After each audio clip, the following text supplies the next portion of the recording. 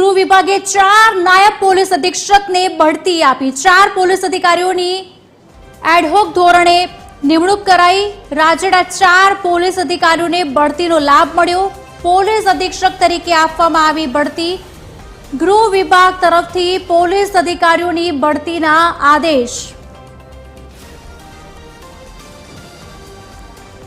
आज अंगे વધુ વાતચીત કરશે associate editor Sonal Unadkat phone line પર જોડાયા છે। સોનલ, શું વધુ વિગત?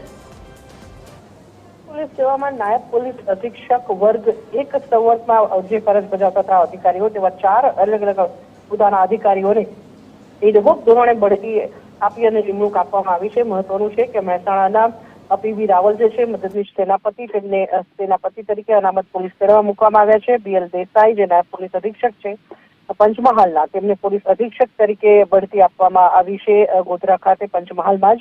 સાથે સાથે એચપી દોશી જે નાયબ પોલીસ અધિક્ષક છે પોલીસ ટ્રેનિંગ સેન્ટર ચોકી જુનાગઢના, તેમને તે જ સ્થળે પોલીસ અધિક્ષક તરીકે બઢતી આપવામાં આવી છે। સાથે સાથે જીવી પટેલિયા જે મદદનીશ નિયામક છે લાંચ રૂશ્વત વિરોધી બ્યુરો અમદાવાદના, તેમને નાયબ નિયામક તરીકે બઢતી આપવામાં આવી છે। આ પ્રકારે ગૃહ વિભાગ તરફથી 4 અધિકારીઓ જે છે પોલીસ અધિકારીઓ તેમને બઢતી આપી એડહોક ધોરણે નિમણૂક આપવામાં આવી છે।